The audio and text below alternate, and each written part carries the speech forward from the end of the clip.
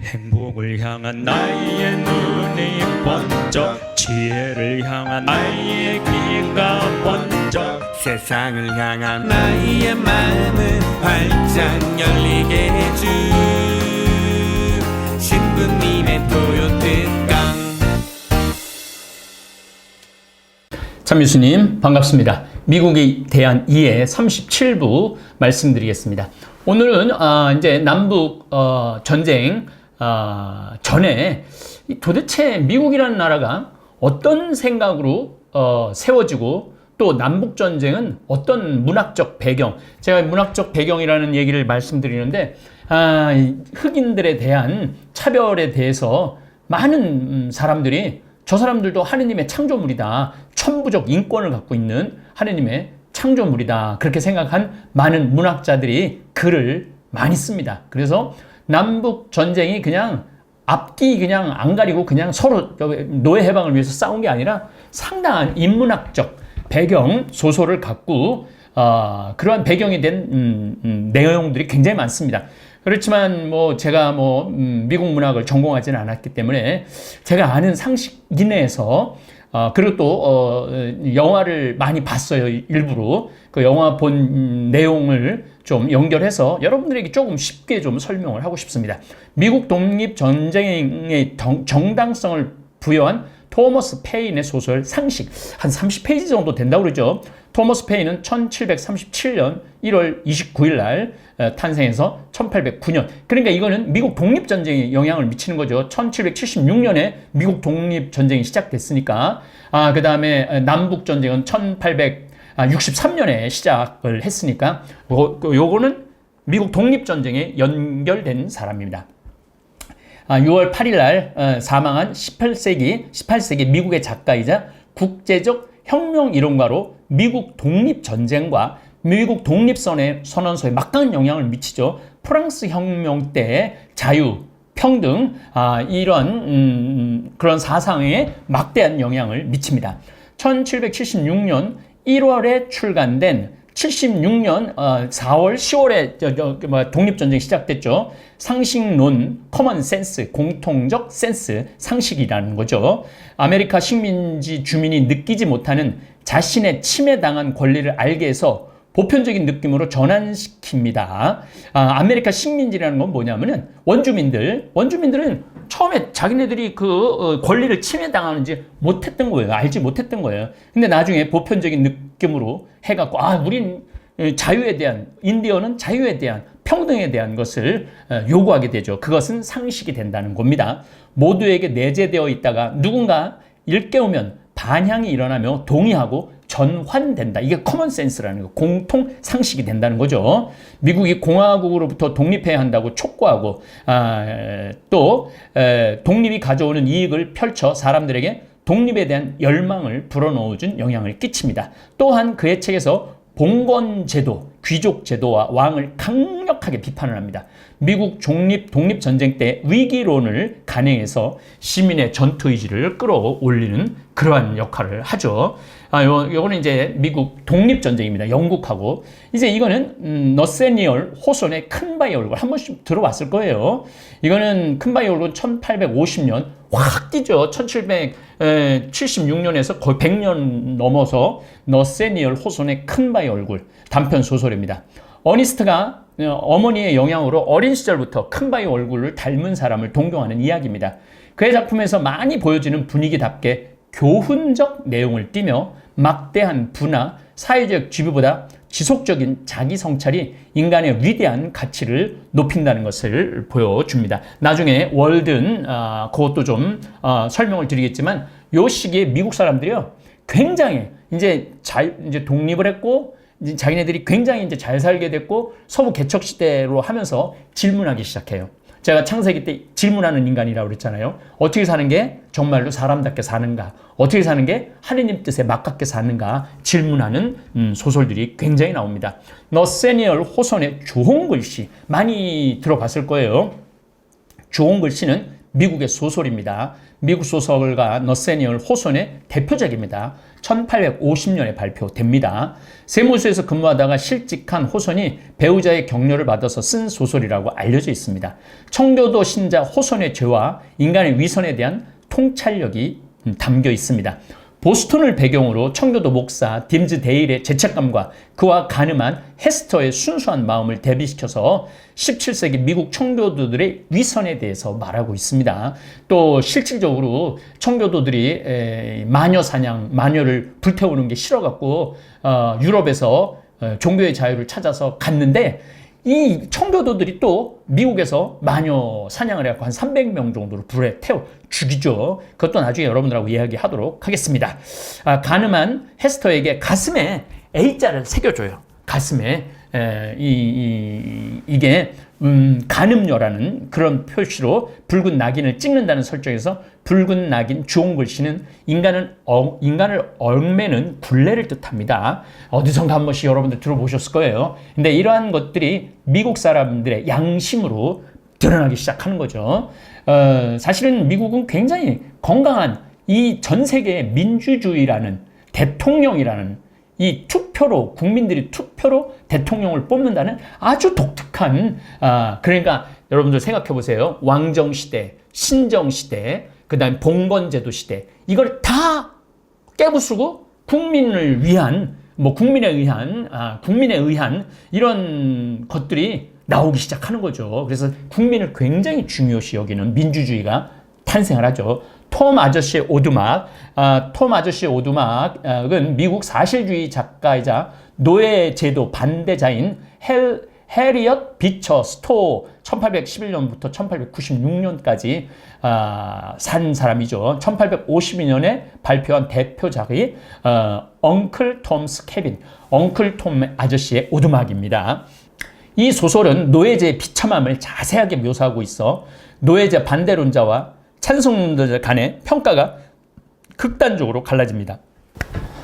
반대론자들은 노예제의 비인간성을 고발하는 소재가 되었고 찬성론자들에게는 편견으로 가득 찬 책이었습니다. 노예제도를 찬성하는 사람들은 엉클 톰의 아저씨 오두막 이게 완전히 편견으로 가득 찼다고 그랬죠. 폭력에 반대하다가 악마 같은 노예주 레글리에게 구타당한 톰이 비록 나의 몸은 당신에게 팔려왔지만 이 흑인이 하는 얘기예요. 백인한테 내 영혼만은 하느님의 것입니다 라고 외친 선언은 노예제도를 반대하는 작품의 성격을 잘 설명해 주죠. 미국 소설로는 처음으로 100만 권 팔린 베스트셀러가 됩니다. 그러니까 1850년도니까 1852년에 발표됐으니까 이때 북군 보스턴 뉴욕 이쪽은 한 1200만 명 정도, 남군 한 800만 정도, 그래서 한 2천만 명 정도 미 대륙에 살았었는데 2천만 명이 100만 권이 팔렸다고 그러니까 이거는 완전히 정말 사람들의 생각을 바꿔줄 수 있는 그러한 책이 되죠. 이때 미국 인구는 2천만 명 정도 됐습니다. 20명 가운데 한 사람이 읽은 거죠. 특히 북부에서는 대성황을 이룹니다. 그래서 북부에서 노예 해방이 쉽게 먹혀든 거죠. 이 바로 해리엇 비처 스토라는 대단한 작가가 그런 정신적 바탕을 준 거죠. 이 소설을 두고 시인 랭스터 휴즈라는 시인은 이 소설을 두고 미국 최초의 저항 소설이라고 불렀습니다. 국가적 시대, 우리 옛날에 태백산맥, 아리랑 그런 거에 비견되는 책이라고 볼 수 있죠. 라는 잡지에 처음으로 연재되었던 첫 장편 소설이었죠. 1850년에 발표된 도망노예 단속 법안과 노예 제도에 대한 반발로 쓰여진 겁니다.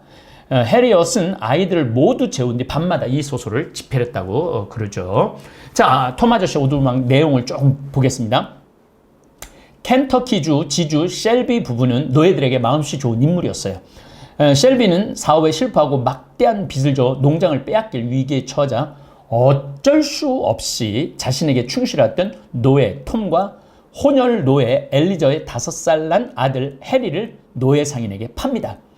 아들 해리와 헤어질 것을 알게 된 앨리선은 해리와 함께 도망치고 해리의 친아버지인 조지 해리스를 만나 평화주의 교회인 퀘이커, 요 퀘이커도 나중에 미국의 종교의 비율에 대해서 말씀드릴 때 말씀드리도록 하겠습니다. 퀘이커 공동체의 도움으로 무사히 캐나다에 당도합니다.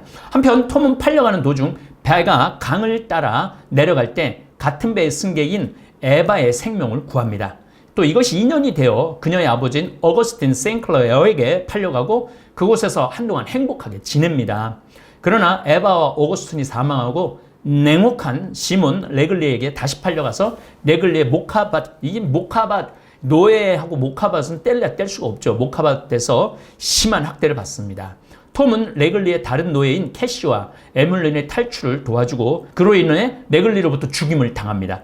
톰이 죽기 직전 톰의 원래 주인인 셸비 부부의 아들 조지는 톰을 다시 사들이려고 찾아오지만 톰은 결국 사망합니다. 조지는 켄터키 본가로 돌아가 노예들에게 톰의 희생에 대해 알리고 모든 노예들을 풀어주죠. 그래서 소설 톰 아저씨의 오두막은 남북 전쟁을 일으켰다는 이야기가 나올 정도로 파장이 큽니다.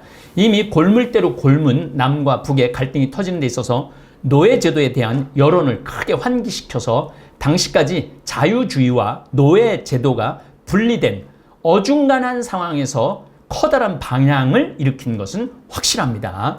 아브라함 링컨이 스토어 부인을 만났을 때, 저자를 만났을 때 비슷한 요지의 발언을 하기도 합니다. 그 말은 바로 당신이 그 큰 전쟁을 일으키신 작은 부인이시군요. 실제로 스토어 부인의 신장은 당시 기준으로는 상당히 작았다고 그래요. 그와는 대조적으로 링컨은 신장이 193cm로 남북 전쟁 당시 거인 같아 보이죠. 실질적으로 링컨이라는 영화가 나오는데 약간 영화가 굉장히 재밌어요.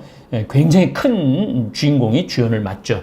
톰 아저씨의 오두막의 영향력, 소설의 내용상 비교적 인간적으로 노예들을 대하는 노예주들도 재정 문제 등의 현실적 한계 때문에 결국 자신의 의지와는 무관하게 노예들을 가혹한 운명으로 몰아넣는다는 것에서 개인적인 선량함의 한계를 지적하고 노예 제도의 가혹함이 구조적인 문제, 그러니까 이제 전쟁을 일으킨 구조적인 문제라는 것을 드러내고 있습니다. 예를 들어서 셸비 가족은 재정적인 문제 때문에 톰과 일라이저를 팔아야 했고 세인트 클레어 가족은 갑작스럽게 주인 부녀가 죽음을 맞이한 탓에 톰을 제대로 도와주지 못합니다. 결국 옹호란 자들이 말하는 인간적인 노예 제도를 시행하는 주들도 있었죠. 북부주가 많이 흑인들을 자유를 많이 줬죠. 그 대신 남부는 면화, 사탕수수 이런 것 때문에 풀어줄 수가 없어요. 대규모 농장을 운영했기 때문에. 그래서 이 논제를 부정하지는 않지만 노예 제도는 개인의 인성으로 해결될 수 없는 구조적인 문제를 가져오고 있으므로 이 제도가 정당화될 수 없다는 것을 면밀하게 주장을 하는 거죠. 그래서 노예 제도는 폐지돼야 된다, 이 얘기입니다.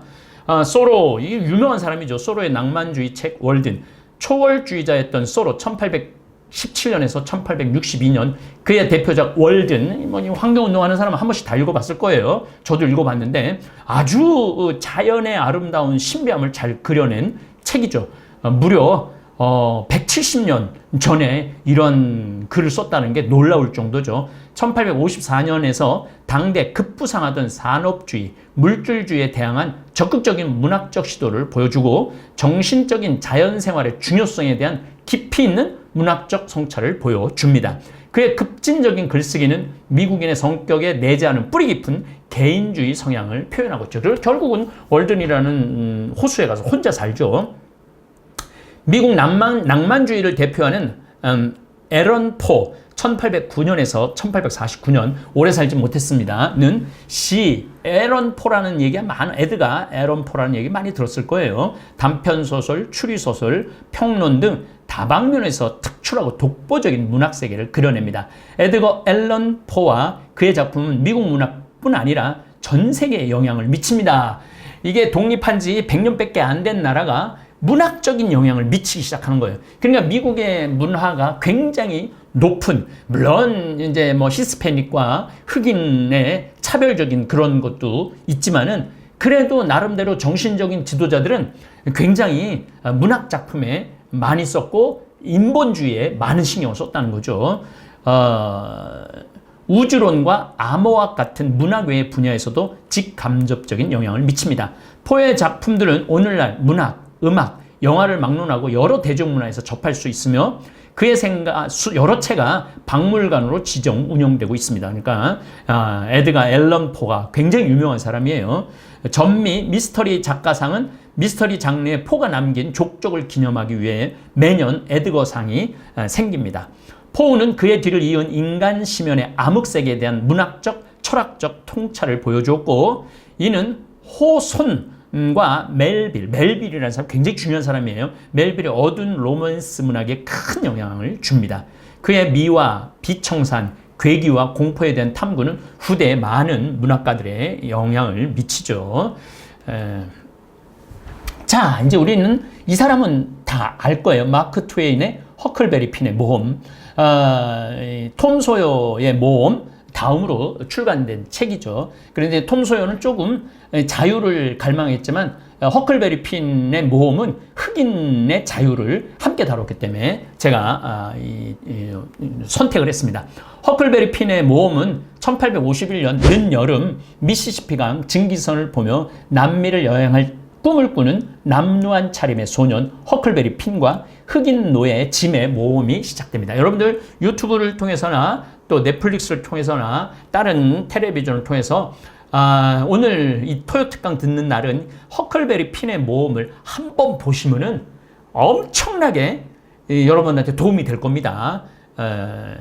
인종과 문화의 차이로 갈라져 있는 두 친구이지만 자유분방한 허클베리 핀과 짐이 뗏목을 타고 미시시피 강을 표류하며 생애 최고의 여행을 떠나는 거죠.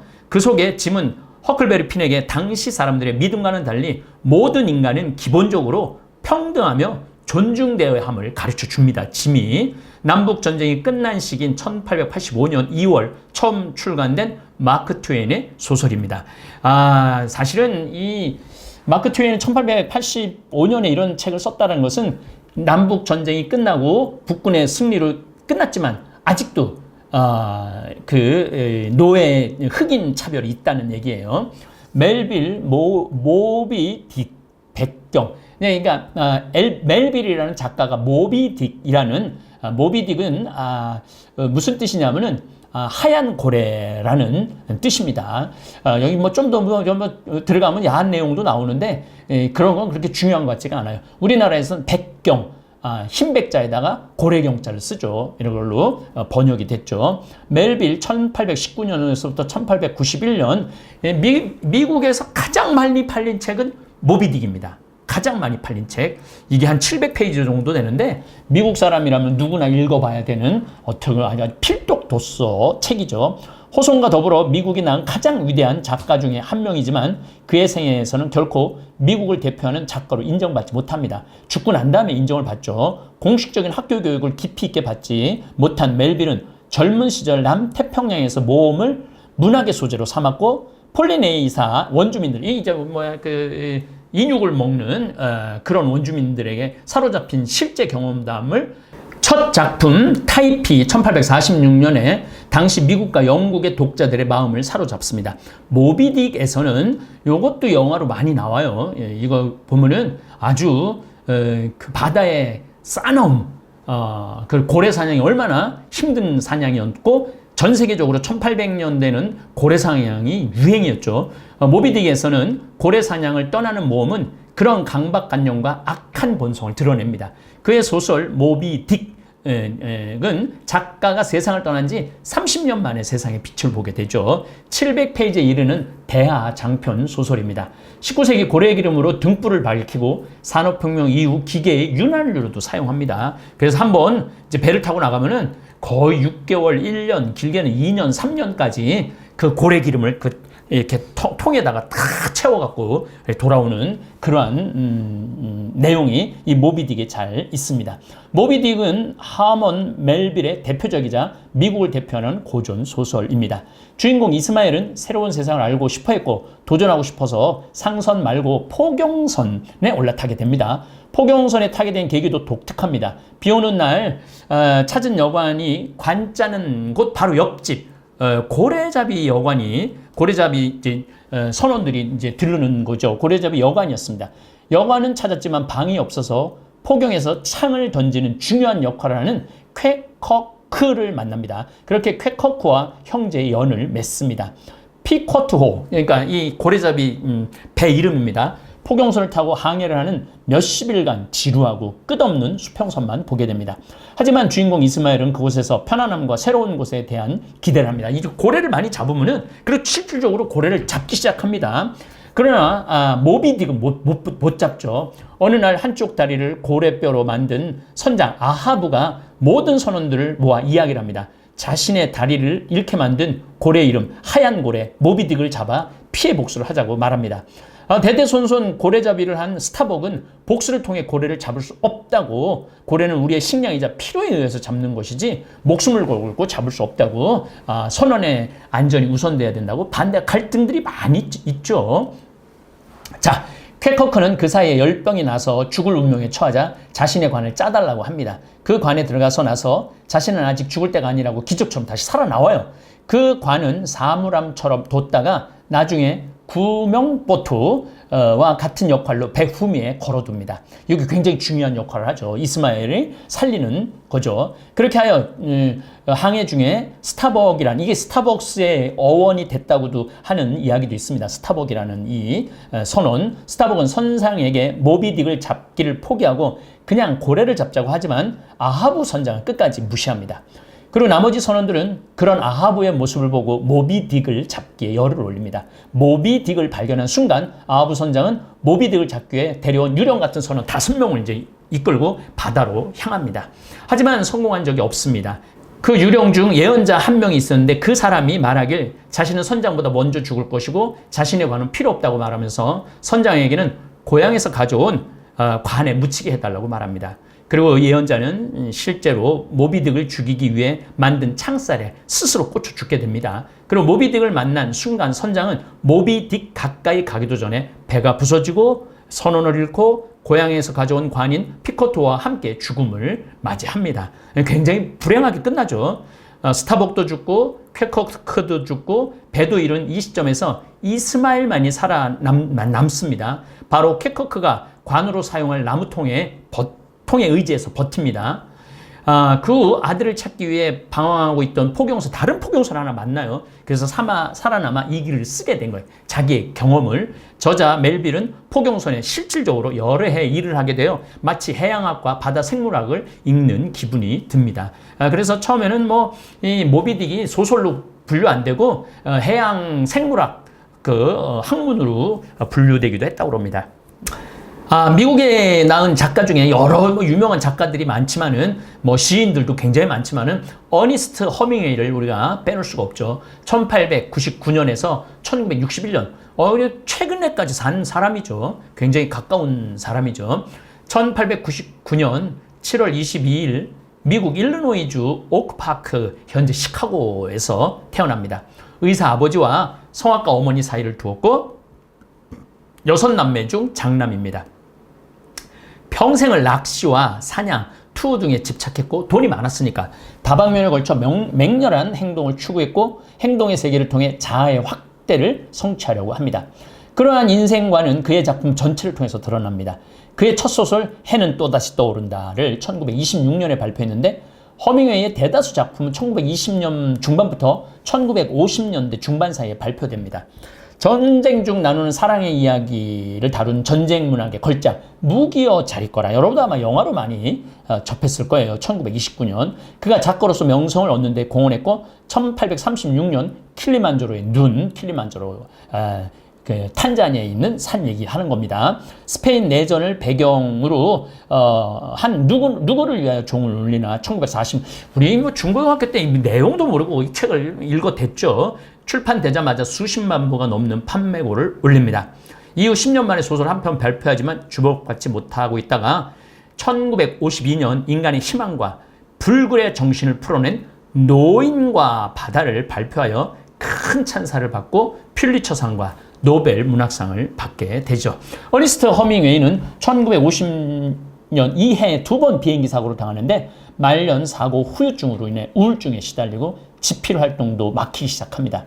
하지만 행동의 규범에 철저한 만큼이나 죽음과 대결하는 삶의 성실성과 숭고함을 작품에 투영하려 노력합니다. 무기여 잘 있거라 이런 것들은 정말 그런 내용들을 잘 포함하고 있죠. 노인바다는 인간의 의지, 마지막에는 뭐 전부 다 상어한테 그 큰 고기를 다 뼈밖에 못 건지지만 그런 인간의 숭고함을, 도전의식을 잘 드러내죠. 1959년에는 아이다 주로 고철을 옮겼고 1961년 여름 허밍웨이는 신경쇠약과 우울증에 시달리다 1961년 캐첨의 자택에서 엽총으로 자살로 생을 마감합니다. 어니스트 헤밍웨이의 1952년 발표 중편 소설이자 유작, 1953년 퓰리처상 수상, 쿠바를 좋아해갖고 쿠바로 자주 놀러갔던 허밍웨이가 잘 알던 쿠바인 어부 그레고리오 푸엔테스. 이 사람은 1897년에 태어나서 2002년까지 삽니다. 21세기를 산 거죠. 3세기를 살았네요. 19세기, 20세기, 21세기를 살았네. 실제로 겪은 이야기를 새롭게 창작해서 씁니다. 소설 발표 당시에는 푸엔테스는 아직 50대였어요. 그러니까 1950년 했으니까 2002년까지 100살 넘게 산 거죠. 노인과 바다는 20세기 미국 문학을 개척한 작품입니다. 1952년 라이프지에서 발표되자마자 이틀 만에 500만 부 이상이 팔려나갑니다. 500만 부, 상상하기 힘들죠. 인기에 힘입어 단행본으로 출간, 전 세계 독자들의 주목을 끌었습니다. 저는 이 노인과 바다를 영문으로 아주 가볍게 쓴 영문으로 읽었는데 아주 또 재밌게 읽었어요. 1952년 저술한 마지막 작품인 노인과 바다의 성공은 이후 허밍웨이가 1953년 퓰리처상, 1954년 노벨 문학상 수상하는데 상당한 영향을 끼칩니다. 문학적으로 노인과 바다는 허밍웨이의 군더더기 없는 명료하고 사실주의적 문장을 통한 객관적 어조를 유지하면서도 섬세한 시적인 표현이 있는 것으로 평가됩니다. 그래서 아마 이제 영어를 좀 배우려고 그러는 사람들은 노인과 바다 문장이 굉장히 수려하고 아름답습니다. 그래서 영어로들 한 번씩은 읽어봤던 경험이 있지 않을까 그런 생각을 합니다. 자, 제가 미국 전체를 다 소개할 수 없고 제 지식이 또 거기에 미치지 못합니다. 제가 이제까지 읽어봤고 본 영화를 중심으로 해서 아마 여러분들하고 공감이 어느 정도 될 것 같아갖고 작품에 대한 소개를 했습니다. 이런 작품을 통해서 독립전쟁, 영국으로부터 독립전쟁, 상식이라는 책, 그 다음에 남북전쟁, 톰 아저씨의 오두막이라는 책 영향을 상당히 미치죠. 그리고 끝도 없이 흑인과 백인의 갈등들을 그려내죠. 모비딕은 바다와 인간이 싸우는 내용이고 어니스트 허밍웨이도 노인과 바다 이제 고기를 잡으러 이제 혼자 떠나죠. 그러한 또 며칠을 큰 고기를 잡는데 정말 죽을 힘을 다하고 또 상어들을 쫓아내려고 정말로 죽을 힘을 다해서 다시 고향으로 돌아오는 내용으로 되어 있습니다. 여러분들 책 읽기가 좀 불편하면 영화를 보시면 제일 좋을 것 같아요. 영화로 많이 만들었으니까. 자, 이제 다음 시간부터는 정말 남북 전쟁, 노예 해방 전쟁에 대해서 공부하도록 하겠습니다. 예, 감사합니다. 동글동글 콩으로 만든 청국장 동글동글 콩으로 만든 청국장 찌개로도 먹고요 가루는 생수에도 타서 먹어요 우리 모두 건강을 챙겨봐요 생태맘 청국장